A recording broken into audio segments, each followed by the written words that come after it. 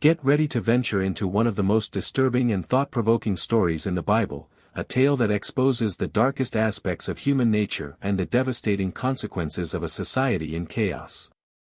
In Judges 19, we find a narrative that is both shocking and sobering, a story that has puzzled and troubled scholars and readers for centuries. The account of the Levite and his concubine is a gripping and unsettling tale of love, lust, betrayal, and brutality.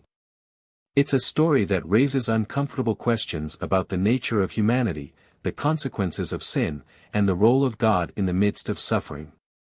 Join us as we carefully unpack this difficult and controversial story, seeking to understand its historical context, its literary significance, and its enduring relevance for our lives today.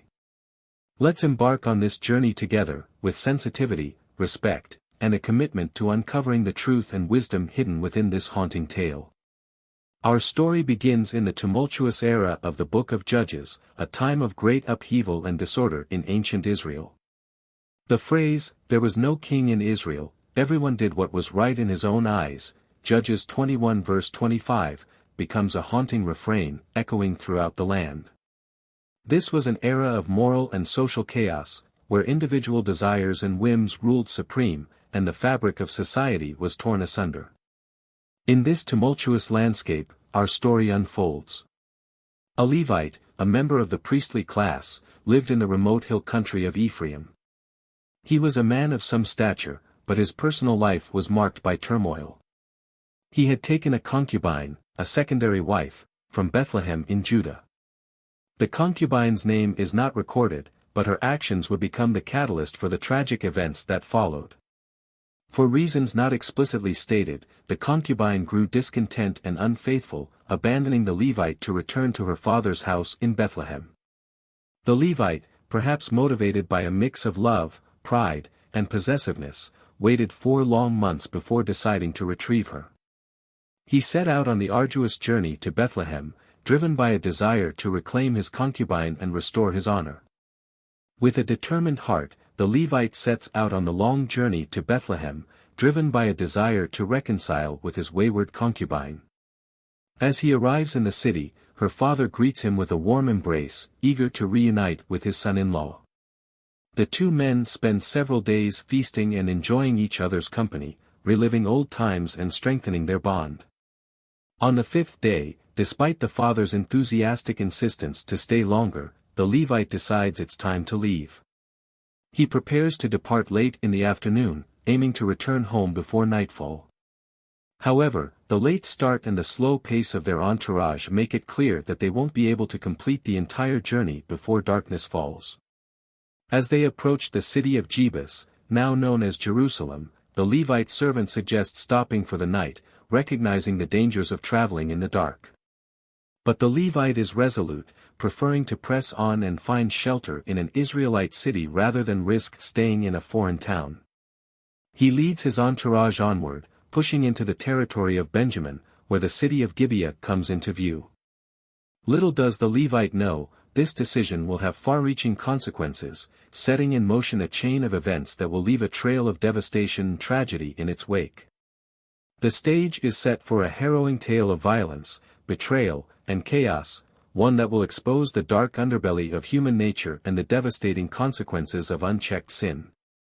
As the sun sets over Gibeah, the Levite, his concubine, and their servant settle into the town square, weary from their journey. They sit in silence, hoping against hope that someone will take pity on them and offer them shelter for the night. The square is empty, save for a few curious onlookers who eye them warily. Just as the darkness begins to deepen, an old man appears, his face weathered from years of working in the fields. He approaches the trio, his eyes filled with a mix of kindness and concern. "Why are you sitting in the square?" he asks, his voice gentle but urgent. "Come, stay at my house.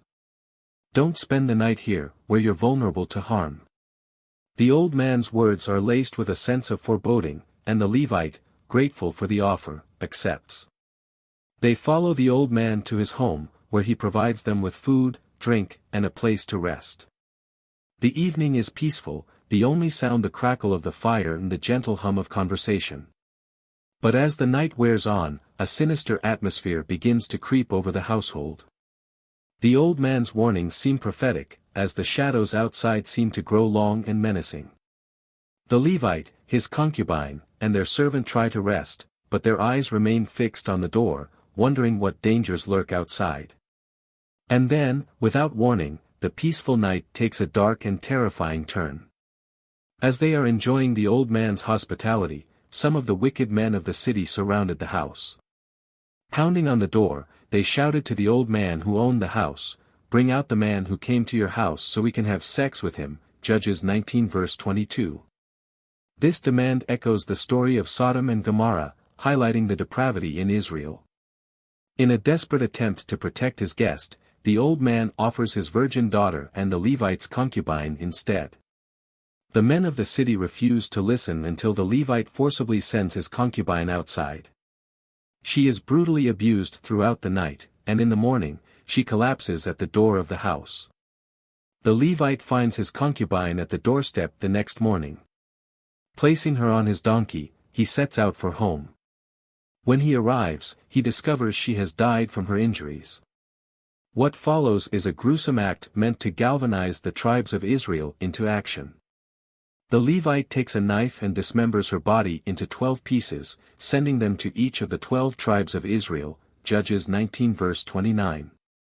This act shocks the entire nation. Everyone who saw it said, "Such a thing has never been seen or done, not since the day the Israelites came up out of Egypt."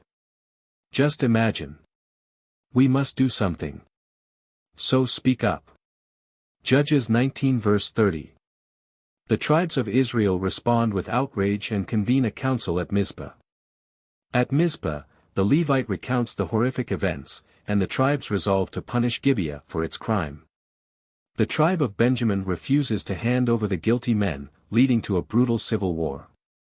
The book of Judges details the battles, describing how the other tribes initially suffer heavy losses but eventually prevail. The war results in the near annihilation of the tribe of Benjamin, with only 600 men surviving by fleeing to the rock of Rimmon, Judges 20. In the aftermath, the Israelites grieve the near extinction of one of their tribes and seek ways to ensure Benjamin's survival. They devise a plan to provide wives for the surviving Benjamites, which involves further violence and abduction, showcasing the continued moral decline. The story of Judges 19 is one of the most disturbing episodes in the Bible, highlighting the depths of human sin and the consequences of a society without moral and spiritual direction.